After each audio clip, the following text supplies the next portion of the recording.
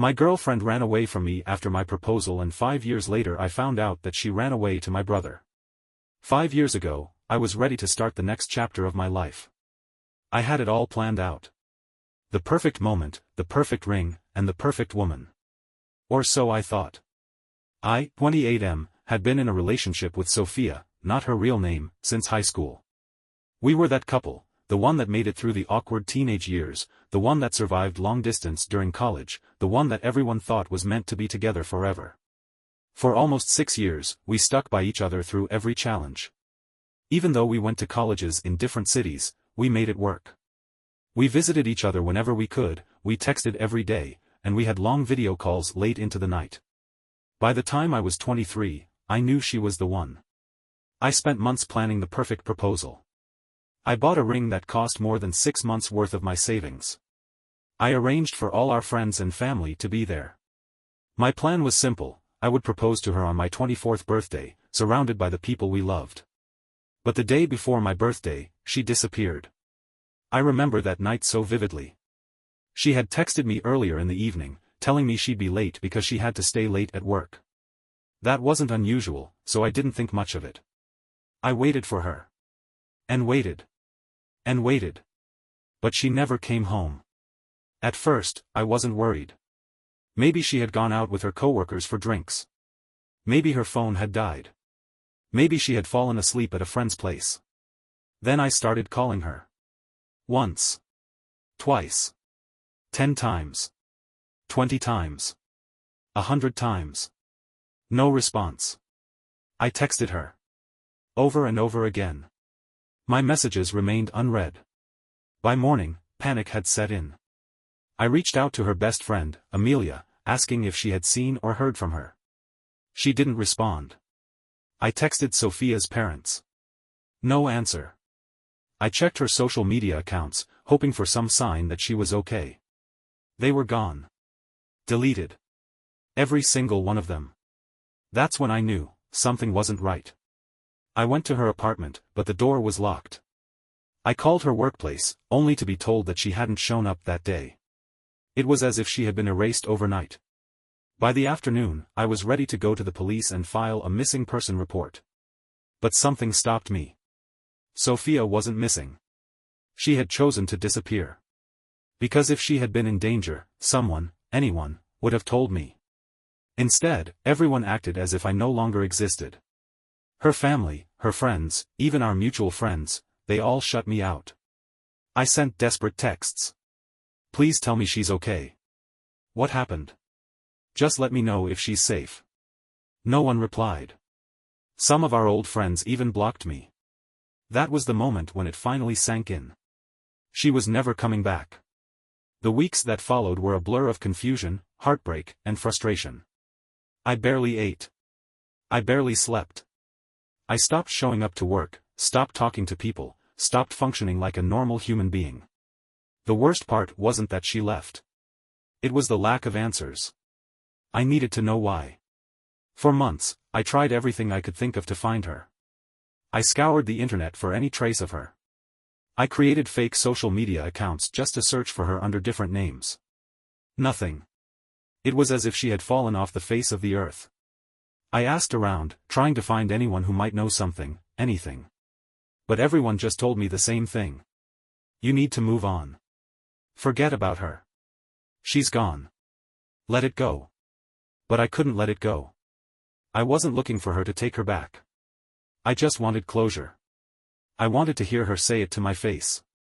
I don't love you anymore. I don't want to be with you. I've moved on. I could have accepted that. I would have accepted that.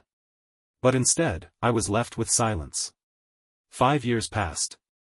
5 long, miserable years. And not once did I hear a single word from her. And I never moved on. I tried. I really did. I went on dates. I forced myself to meet new people. But every time, I found myself comparing them to her. Every time I tried to love someone new, her face would appear in my mind. So I gave up. I stopped dating. I buried myself in work. And I told myself that someday I'd get the closure I needed.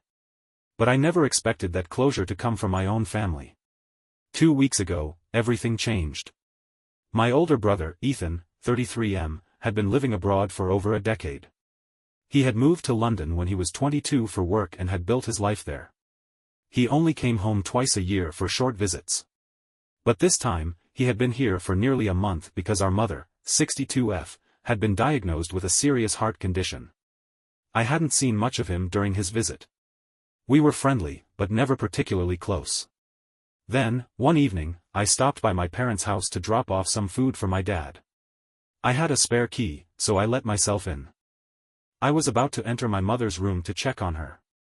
And then, I heard his voice. I froze. He was talking about her. Sophia. The woman who had disappeared 5 years ago. My mother asked him when he was bringing her and the kids home to visit. Because she wanted to see them before she got too sick to travel. My heart stopped. Sophia had kids? With Ethan? I felt like I had been punched in the gut. I heard my brother sigh. Mom, we have to be careful. We can't bring them here unless we know it won't cause any issues with him. Him. They were talking about me.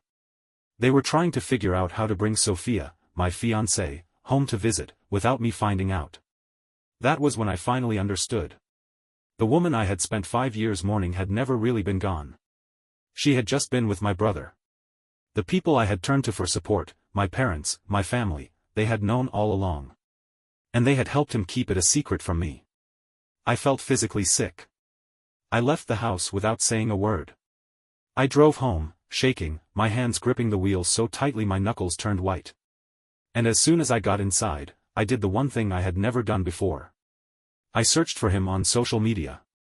And that's when I found them. The pictures. Him. Her. And a child who looked just like her, except for his eyes.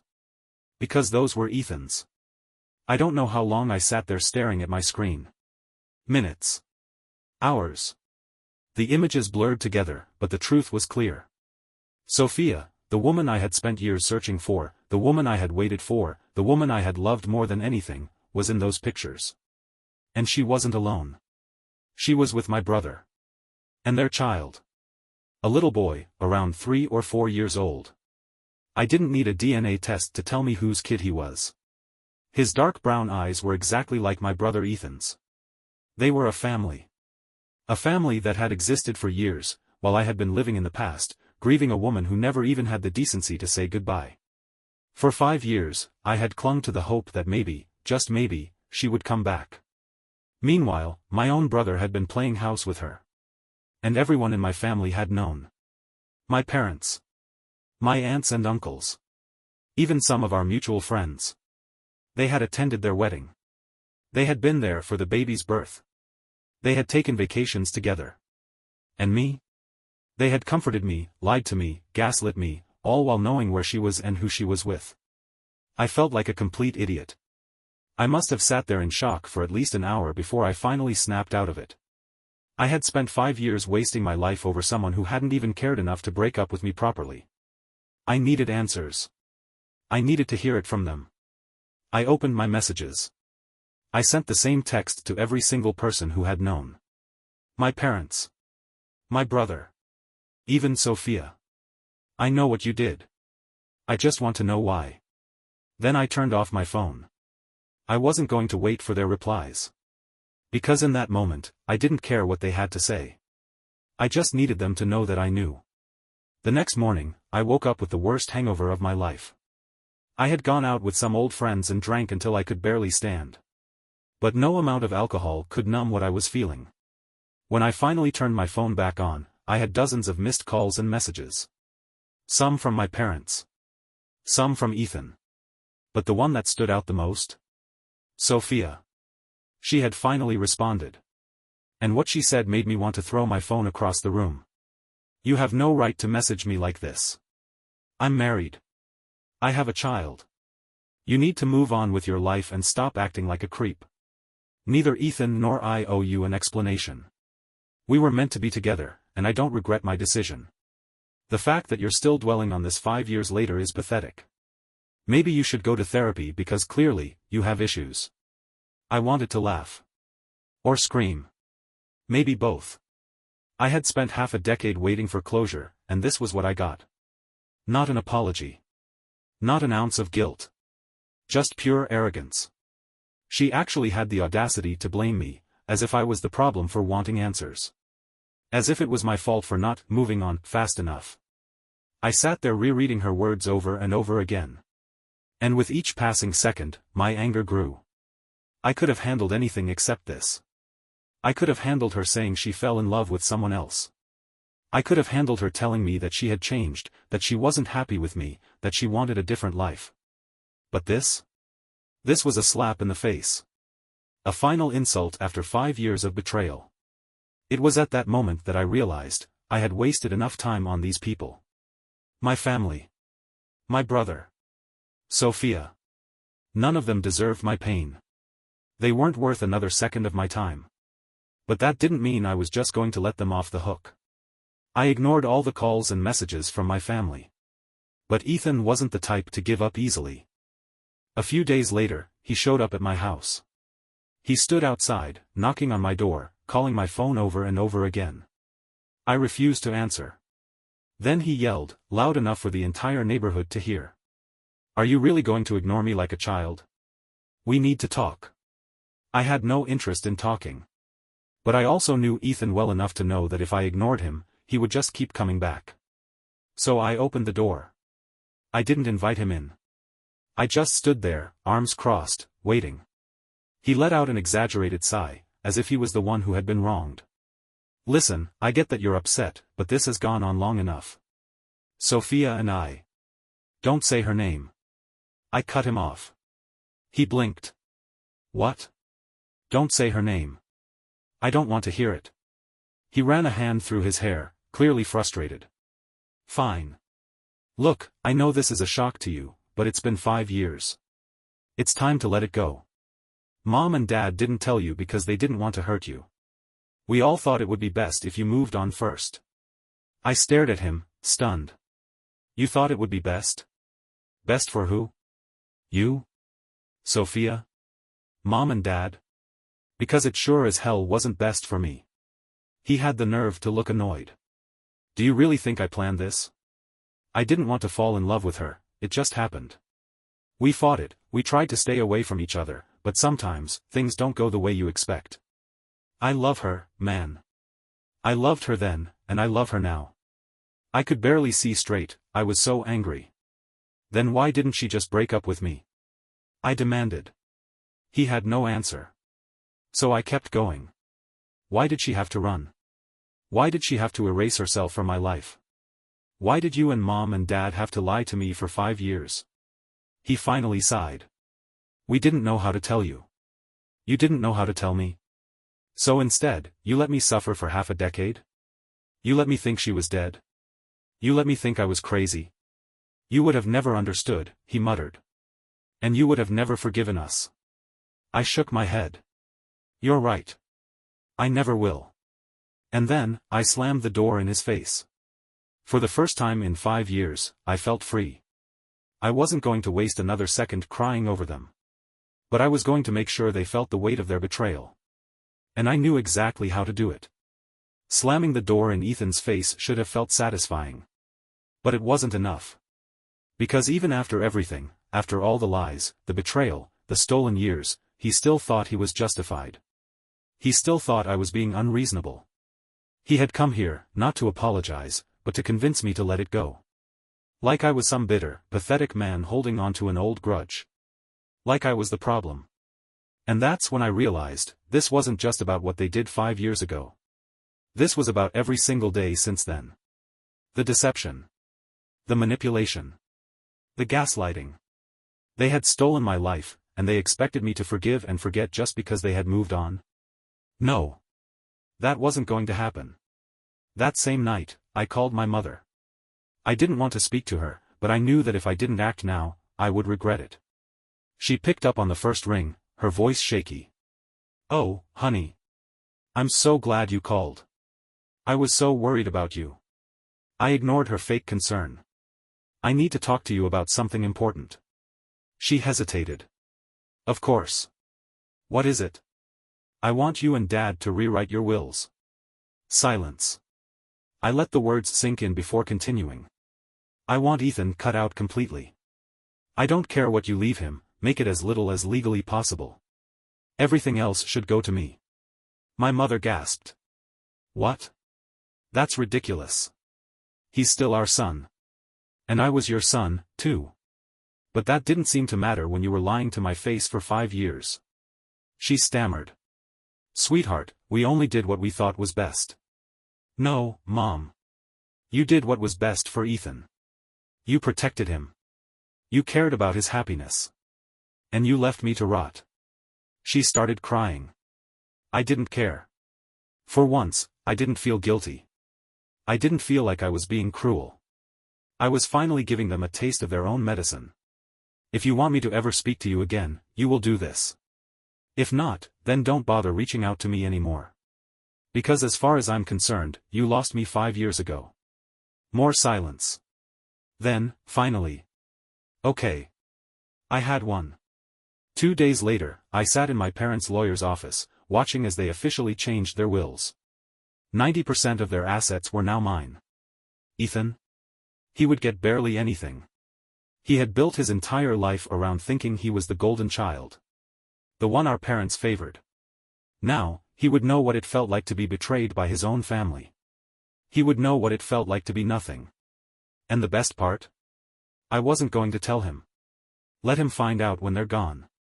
Let him experience that moment of shock, of heartbreak, of realizing that everything he thought was his was already gone. Let him suffer, just like I had. And Sophia? She could enjoy the life she had chosen. A life without me. A life where she never once had to explain herself. That was fine. Because when Ethan realized he had nothing left, she'd be the one stuck dealing with his bitterness and resentment. She'd be the one watching him spiral. And I'd be long, long gone.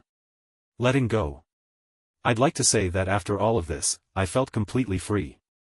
But that's not how life works. Betrayal doesn't disappear overnight. Pain doesn't just vanish because you got revenge. But something inside me had shifted. For the first time in 5 years, I wasn't waiting anymore. I wasn't clinging to the past, hoping for an explanation or an apology that would never come. I wasn't searching for Sophia or stalking Ethan's social media, trying to figure out how they were living their lives. I didn't care anymore. They could have each other.